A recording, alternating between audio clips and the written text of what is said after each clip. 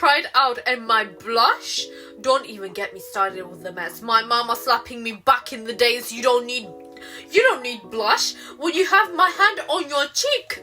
When you show me your bad grades, there you go, blush for free. Out of context from the story. Oh yeah, out of context from this story.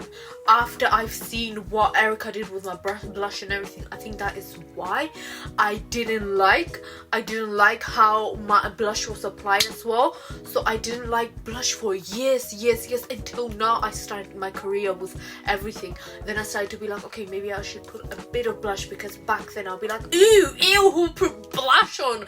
Like, ew, just there, just a product right there and looking nice. No, I was gonna say looking nice, not looking bad. Ew. Now look at me, I'm a blushy girl. That's because also they did not do justice with blush back then. Nowadays, the makeup is applied differently than back then. Back then, you put blush on and it looks like your mama slapped you before leaving. Sorry, I'm laughing because there's people right there and I'm being loud. I'm talking about my mama slapping me.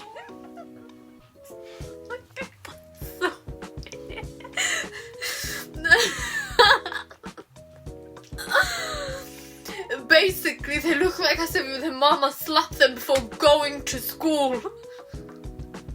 Literally like that. They will apply it like that, but now you have nice brushes, you have nice pigmentation when it comes to like putting it on the blush. You have nice pigmentation. Before it was like the dry ass brush putting it there and it looks so bad. No. Anyway, yes, I ended up hating blush though for so many years. Back then, makeup did not do justice on anyone. But now, I think looking back, the Gen Zs or anyone that looks back at this video or any other videos that people have done of makeup looks, they're probably gonna be like, yeah, back then that was so bad. Trust me, because back then, if people thought that putting blush like that was so nice and amazing, looking nice, going out with your girlies in the club like that, no. Then I don't want to know what they think about this. Anyway, I stood there for a split second staring at my reflection. The mascara that had looked so sharp backstage was now streaked underneath my eyes, like someone had taken a wet paintbrush and dragged it across my face. One eyebrow looked darker than the other. And yes, I think she done my eyebrows. Back then, my mom didn't even do my eyebrows, like when she did my makeup, but clearly because my eyebrows, oh my gosh, look at that. Talking about my eyebrows, and my eyebrows are taking revenge right now. And wait, let me see, where's my mirror right now? Oof, oof. I don't want to do my makeup again. Back then, my mama didn't do my eyebrows, painting my eyebrows or anything, because I had bushy eyebrows and I didn't do this as well. So it was like bushy here, and bushy. I have like a unibrow. So what I think Erica did was put a bit of foundation, but enhance the darker areas as well of my hair that's going on over here, so it looks darker than before. And one eyebrow is looking the other, and I was like, no, don't do the eyebrows. And she's like, no, trust me, girlie, like trust me in this. Look at my makeup right now and look at yours, so it's going to be amazing. Now look, I look like a clown in the on the runway. Anyway, okay, one eyebrow looked darker than the other one. My eyeliner wasn't even sisters anymore. They were complete strangers. My blush was sitting in one patch on my cheek like someone had thrown powder paint at me, or just my mama slapping me. It looked wrong. For a second I froze, then my brain kicked in. No, the show isn't over. Models don't stop walking because of smudged mascara. They keep going. Smile, head high. They don't know what your makeup looked like before, and even so, don't let this be your bad day. That's what I said to myself, even though I had the most ugliest makeup I've ever had in my life on the runway show. Everyone's putting cameras on and everything. It does not matter at all. I will keep going. And that's the type of mentality I used to have before, and I still do. So that type of mentality saves you. So use it, girly, use it. Anyway, I think I have to end it off because now is not end of this, but end of this part, and then let's go to the next part.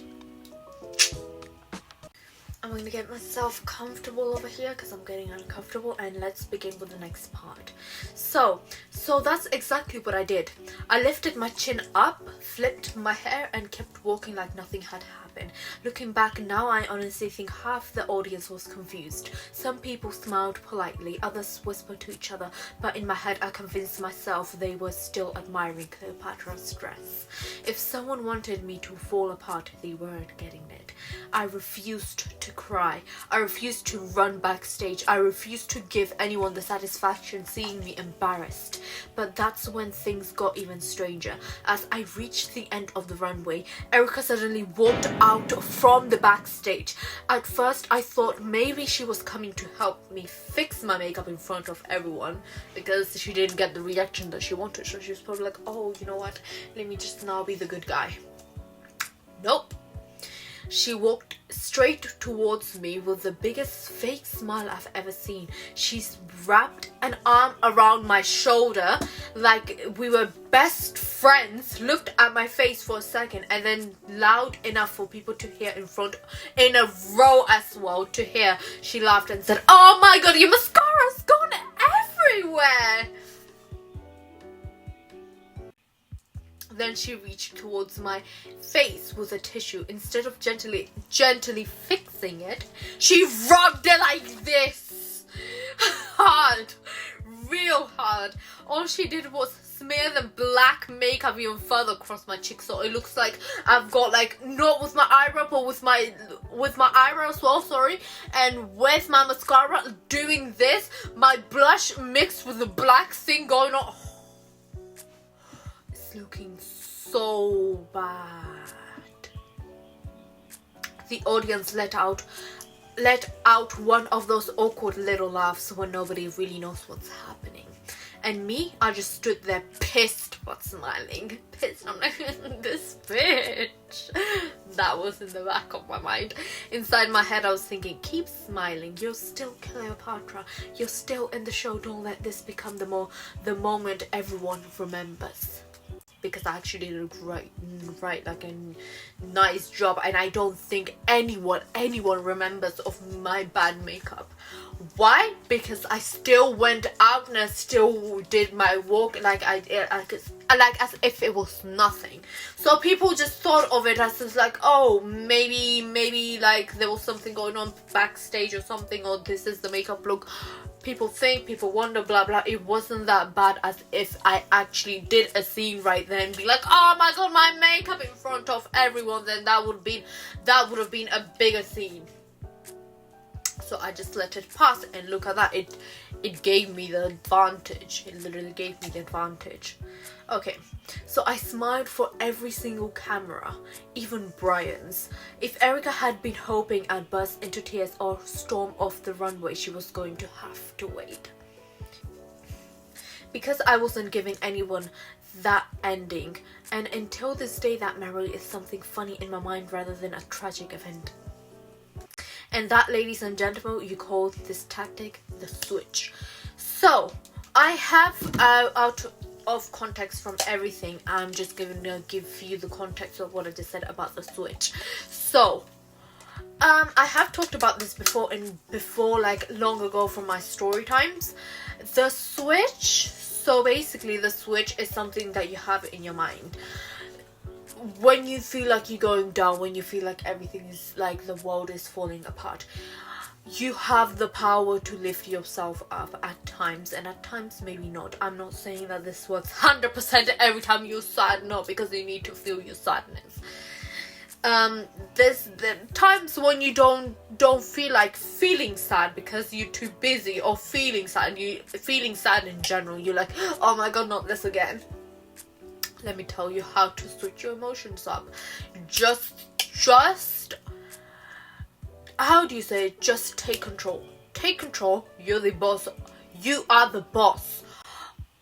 Basically, your mind is so powerful. It's so powerful. Don't let your mind and your emotions run you over when you are the one that are leading this body, rather than your mind and your heart. You're the one that's leading the body, not your mind, not your thoughts, not your heart, not your feelings.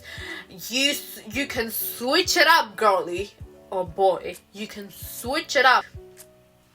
You can switch it up and say, you know what? I'm not going to feel this way. You know what? I'm going to turn my emotions off and I'm not going to feel this way. Why? Because I have things to do. Why? Because I'm not going to be here always sitting down crying on my ass off when I can get up and do something about it. Because there's times that I myself cry over the same things again and again and again. And I just get tired of it and I'm like, nobody's going to listen to me. I don't... Even if I go towards them for that, I don't. I mostly like take my problems to my own. But other than that,